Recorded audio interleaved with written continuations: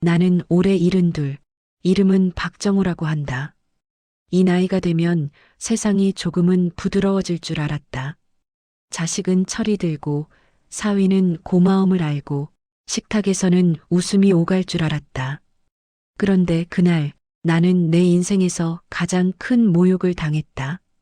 그것도 내 딸의 남편에게. 그날은 일요일이었다. 딸이 먼저 전화를 했다. 아빠, 오늘 점심 같이 먹어요. 애들도 보고 싶어 하잖아요. 나는 기분이 좋았다. 솔직히 말하면 자식이 먼저 연락해주는 날은 그 하루가 다 환해진다. 나는 단정하게 셔츠를 다려 입었다. 낡았지만 깨끗한 구두도 닦았다. 오늘은 내가 기분 좋게 한턱 내야지. 그런 생각도 잠깐 했다. 우리가 간 곳은 동네에서 제법 유명한 갈비집이었다. 사위는 휴대폰만 들여다보고 있었고 딸은 아이들 밥 먹이느라 정신이 없었다.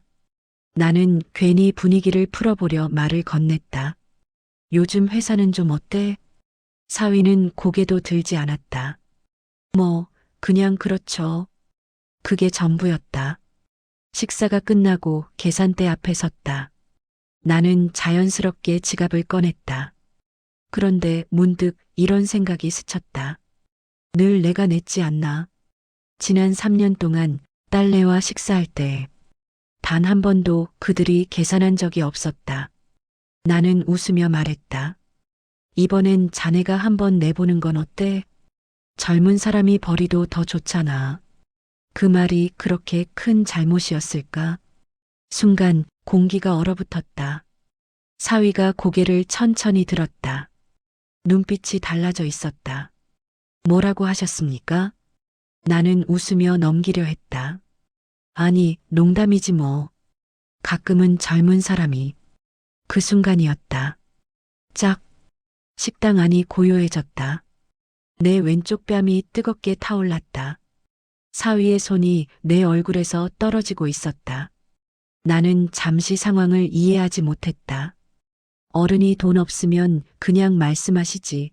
왜 사람 무한하게 만드십니까? 그의 목소리는 낮았지만 칼처럼 날카로웠다. 사람들의 시선이 우리를 향했다. 나는 아무 말도 할 수 없었다. 내 딸은 그때 화장실에 가 있었다. 나는 그냥 서 있었다. 70년을 살았지만 그날처럼 작아진 적은 없었다. 사위는 카드로 계산을 했다. 그리고 내 어깨를 툭 치며 말했다. 다음부터는 이런 말 하지 마세요. 그 말이 더 아팠다. 나는 식당 밖으로 먼저 나왔다. 겨울바람이 얼굴을 스쳤다. 뺨이 아직도 얼얼했다. 눈물이 나올 것 같았지만 나는 이를 악물었다. 딸한테는 말하지 말자. 괜히 가정만 깨질지 모른다. 나는 그냥 참고 넘어가려 했다. 그때 주머니 속 휴대폰이 울렸다. 딸이었다. 아빠 어디에요? 왜 먼저 나가요? 나는 아무렇지 않은 척 말했다. 아니다. 그냥 바람 좀 쐬려고.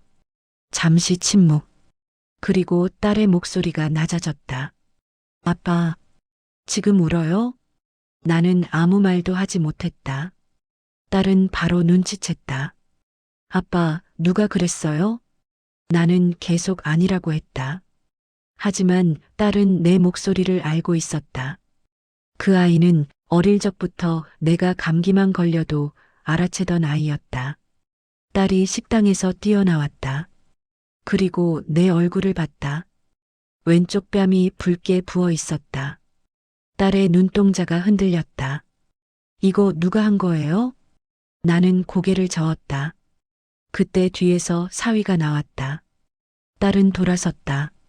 당신이야? 사위는 대수롭지 않게 말했다. 아버님이 먼저. 딸의 손이 식당 문을 밀어젖혔다. 그리고 다시 안으로 들어갔다. 나는 그 표정을 처음 봤다. 내 딸이 그렇게 무서운 얼굴을 할 줄은 몰랐다. 그날 그 식당은 전쟁터가 되었다. 딸은 계산서를 집어던졌다. 당신이 우리 아빠를 쳤다고? 사위는 당황했다. 아니, 그게 아니라. 말하지 마. 그 한마디에 식당 안 공기가 갈라졌다. 나는 딸의 뒷모습을 보며 복잡한 감정에 휩싸였다. 부끄러움, 미안함, 고마움, 그리고 이상한 불안감. 이 일이 여기서 끝나지 않을 것 같았다. 그날 밤 딸에게서 전화가 왔다. 아빠, 집에 있어요? 지금 갈게요. 목소리가 단단했다. 그 아이는 무언가 결심한 목소리였다. 나는 그게 두려웠다. 그리고 동시에 처음으로 내 편이 있다는 걸 느꼈다. 그날 밤이었다. 시계는 10시를 넘기고 있었다. 나는 거실 불을 끄지 못한 채 소파에 앉아 있었다. 왼쪽 뺨은 아직도 욱신거렸고 마음은 더 따갑게 부어 있었다. 내가 뭘 그렇게 잘못했나?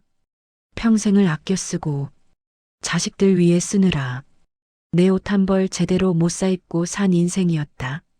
그런데 식사값 한 번 내보라 했다고 뺨을 맞다니 그 생각이 머리를 떠나지 않았다.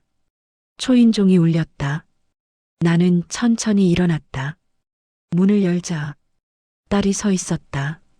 외투도 제대로 잠그지 못한 채 눈은 이미 벌겋게 충혈되어 있었다. 아빠, 그 한마디에 나는 괜히 고개를 돌렸다. 딸은 내 얼굴을 다시 살폈다. 손을 들어 내 뺨에 조심스레 닿았다. 많이 아팠어요? 나는 웃어 보이려 했다. 이 나이에 뭐가 아프냐? 하지만 목이 메었다.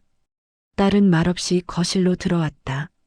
잠시 침묵이 흘렀다. 그리고 낮은 목소리로 물었다.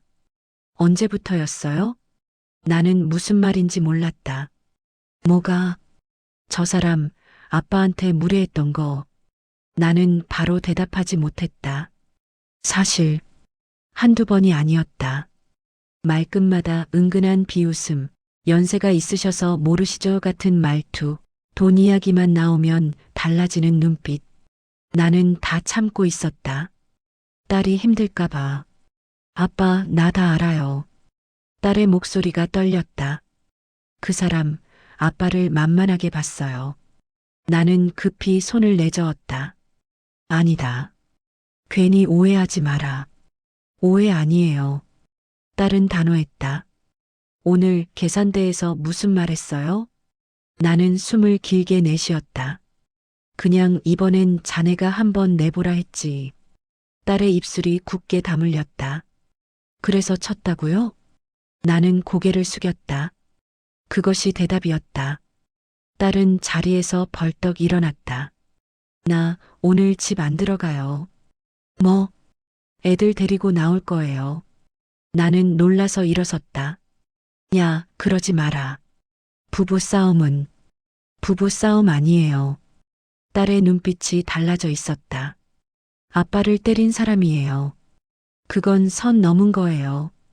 그 순간 나는 딸이 더 이상 어린아이가 아니라는 걸 느꼈다. 딸은 휴대폰을 꺼냈다. 누군가에게 전화를 걸었다. 엄마, 나 오늘 애들 데리고 갈게. 짧은 통화였다. 그리고 나를 보며 말했다. 아빠, 나 이제 참지 않아요. 그날 밤 딸은 다시 집으로 돌아갔다. 아이들을 데려오기 위해서였다. 나는 창가에 서 있었다. 바람이 거세게 불고 있었다. 괜히 일이 커지는 건 아닐까? 미안함이 밀려왔다. 나는 딸의 가정을 깨고 싶지 않았다. 하지만 한편으로는 이대로 넘어가면 안 된다는 생각도 들었다. 새벽 1시 딸에게서 전화가 왔다. 아빠, 목소리가 차분했다. 나 지금 집 정리 중이에요. 정리? 이사 나올 거예요. 나는 심장이 철렁 내려앉았다. 야, 잠깐만. 아빠, 그 사람 통장에 빚이 있어요. 나는 말을 잃었다. 뭐? 회사에서 투자 실패했다고 했는데 사실은 개인 빚이에요. 그동안 아빠가 식사값 내고 애들 학원비 보태준 거 다 계산하고 있었대요. 나는 소파에 털썩 주저앉았다. 그동안의 친절이 고마움이 아니라 계산이었단 말인가. 딸은 계속 말했다. 오늘 아빠한테 화낸 것도 그거예요. 자존심 건드렸다고. 나는 손을 꽉 쥐었다. 분노가 천천히 올라왔다. 내가 아니라 내 딸이 저런 사람과 살고 있었다는 사실에. 아빠, 딸이 마지막으로 말했다. 이제 내가 다 갈아엎을게요. 그 말은 단순한 화풀이가 아니었다. 결심이었다. 그날 이후로 우리 가족은 조용히 움직이기 시작했다. 나는 더 이상 참는 아버지가 아니었다. 딸 역시 눈치 보는 딸이 아니었다. 그리고 사위는 아직 모르고 있었다. 자기가 건드린 것이 단순한 노인이 아니라 딸의 자존심이라는 걸. 사위의 빚은 생각보다 컸다. 처음엔 단순한 카드 연체인 줄 알았다. 그런데 딸이 서류를 하나둘 꺼내 보여주던 날, 나는 말을 잃었다. 대출 계약서, 보증 서류, 투자 약정서, 그리고 내 이름이 적힌 종이 한 장. 이건 뭐냐? 내 목소리가 낮게 깔렸다. 딸은 고개를 숙였다. 아빠 도장 예전에 집 담보 대출할 때 쓰셨던 거 기억나요? 나는 그때가 떠올랐다. 딸내 전세 자금이 모자란다고 해서 잠깐 맡겼던 도장. 그게 이런 데 쓰였단 말인가. 위조예요. 딸이 이를 악물며 말했다. 서명은 아빠 필체 아니에요. 나는 종이를 한참 들여다봤다. 70년을 살아오며 내 이름이 이렇게 더럽혀진 적은 없었다. 사위는 이미 선을 넘은 지 오래였다. 딸은 조용히 말했다. 그 사람 회사에서도 문제 있어요. 투자 실패가 아니라 사내 자금 유용 의혹. 지금은 조용히 덮였지만 언젠가는 터질 문제였다. 나는 비로소 깨달았다. 그날 식당에서의 뺨은 우발적인 분노가 아니었다. 궁지에 몰린 사람이 자존심을 건드렸을 때 나오는 폭력이었다. 이틀 뒤 사위가 우리 집으로 찾아왔다. 초인종이 울렸을 때 나는 이미 예상하고 있었다. 문을 열자 그는 고개를 숙이고 서 있었다. 아버님, 잠깐 이야기 좀. 나는 아무 말 없이 거실로 들어왔다. 그는 앉지도 못한 채 서 있었다. 제가 실수했습니다. 나는 조용히 물었다. 뺨 때린 게 실수냐? 서류 위조한 게 실수냐? 그는 고개를 번쩍 들었다. 딸이 그 자리에 있었다. 당신 아빠 이름으로 대출 받았어? 사위의 얼굴이 하얗게 질렸다. 잠시 침묵. 그리고 그는 무너졌다. 급했습니다. 정말 잠깐만 막으면 될 줄 알았습니다. 나는 웃었다. 쓴웃음이었다. 그래서 늙은 장인 이름 팔았나? 그는 무릎을 꿇었다. 죄송합니다. 하지만 그 사과에는 두려움이 섞여 있었다. 양심이 아니라 들킬까봐 무서운 얼굴이었다. 딸은 냉정했다. 이미 변호사 상담 받았어요. 사위의 눈이 흔들렸다. 뭐?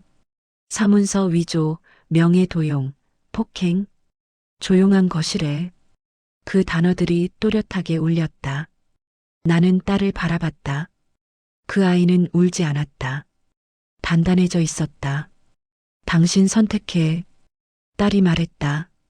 합의하고 이혼하든지 끝까지 가든지. 사위는 말을 잇지 못했다. 나는 그 모습을 보며 이상한 감정이 들었다. 분노도 있었지만 어딘가 허무했다. 이 사람이 내 딸의 남편이었구나.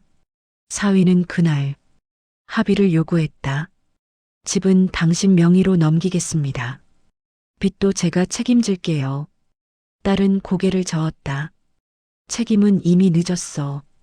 나는 그 말을 듣고 비로소 깨달았다. 딸이 갈아엎겠다는 건 재산 문제가 아니었다. 삶을 다시 시작하겠다는 뜻이었다. 그날 밤 사위는 빈손으로 돌아갔다. 그리고 며칠 뒤 정식으로 이혼 조정 신청서가 접수되었다. 나는 딸에게 물었다. 후회 안 하겠냐? 딸은 나를 보며 말했다.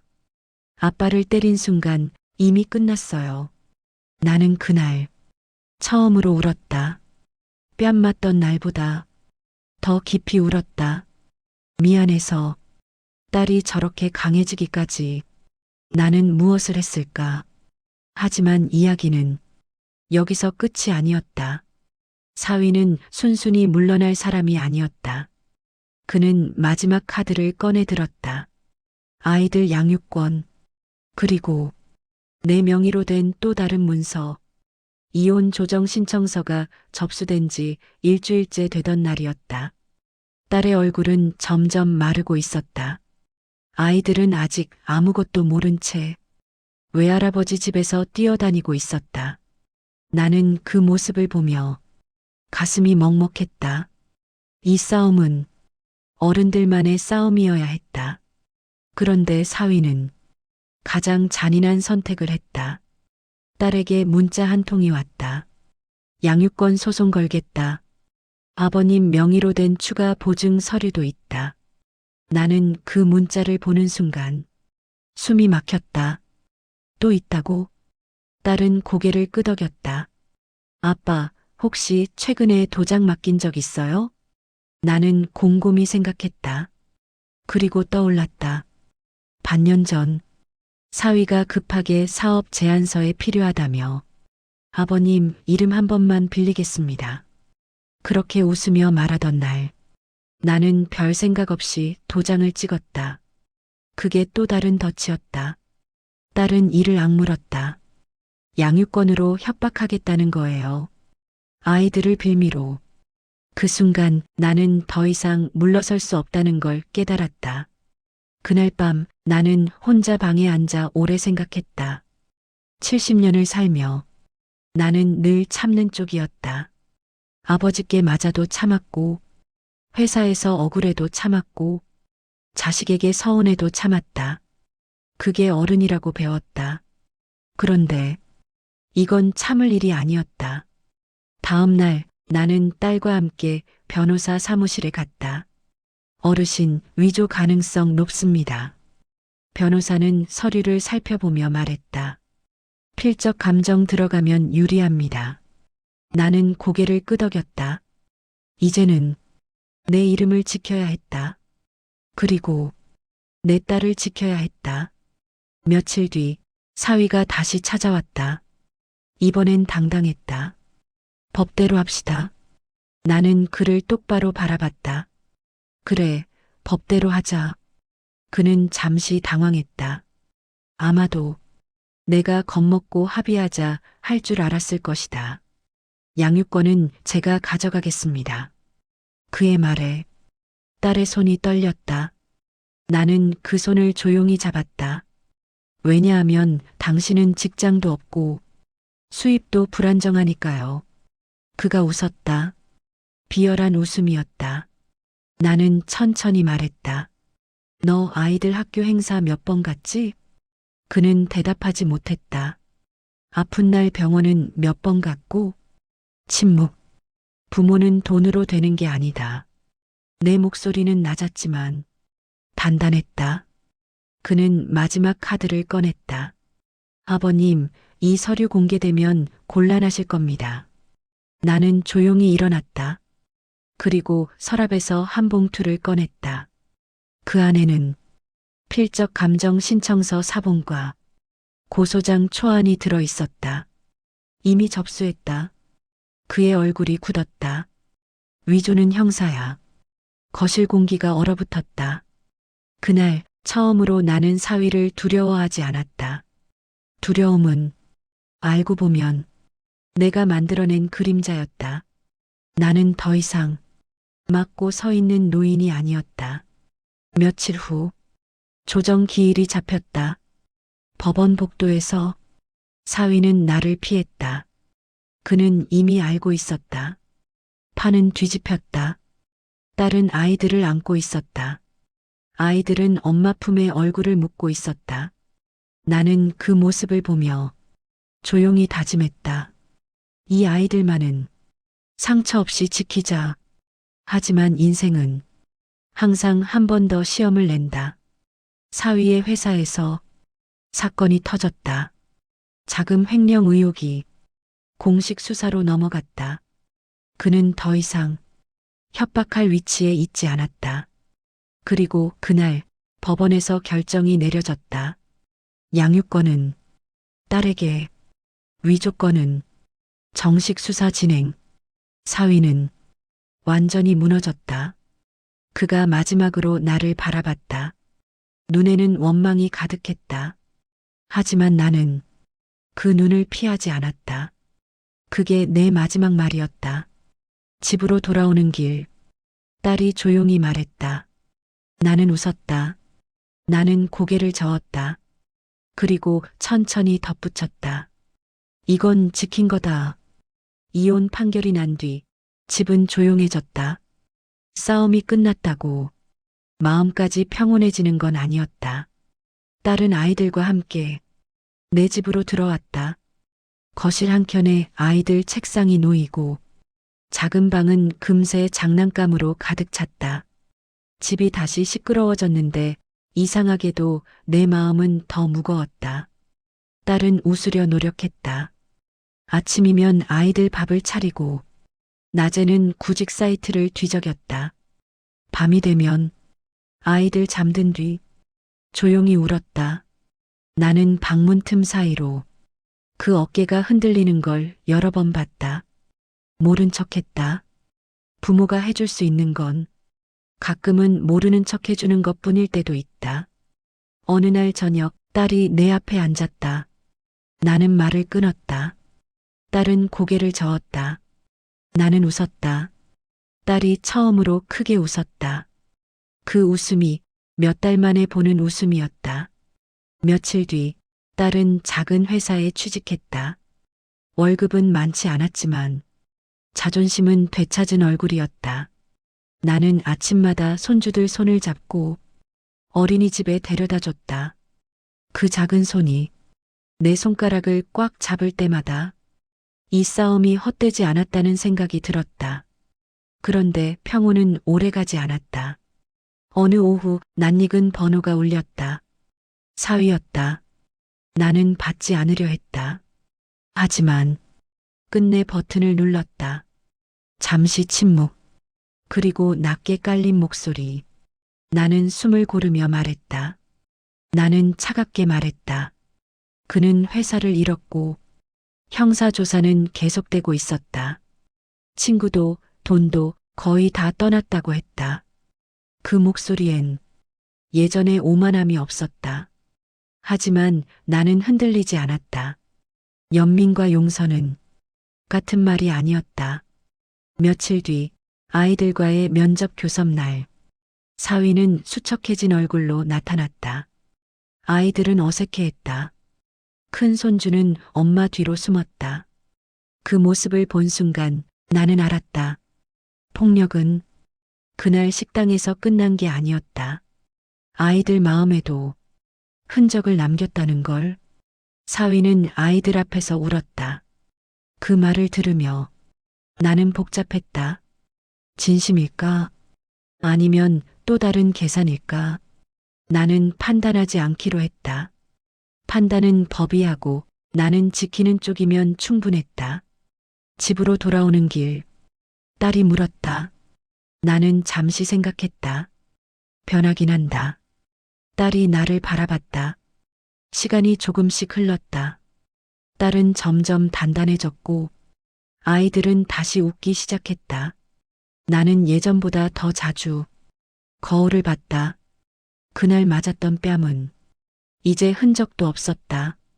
하지만 마음에는 다른 것이 남아 있었다. 부끄러움이 아니라 결심이었다. 그러던 어느 날 뜻밖의 소식이 들려왔다. 사위가 합의를 원한다는 연락이었다. 형사건을 줄여달라는 조건으로 모든 채무를 정리하고 완전히 사라지겠다고. 나는 딸을 바라봤다. 이건 마지막 선택이었다.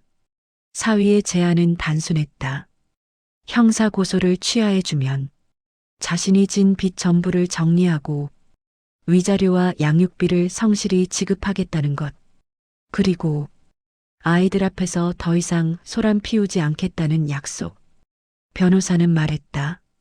하지만 인생은 늘 조건으로만 판단할 수 있는 게 아니었다. 그날 밤 딸과 나는 마주 앉았다. 아이들은 잠들어 있었다. 거실에는 작은 스탠드 불빛만 켜져 있었다. 딸이 먼저 입을 열었다. 나는 잠시 아무 말도 하지 않았다.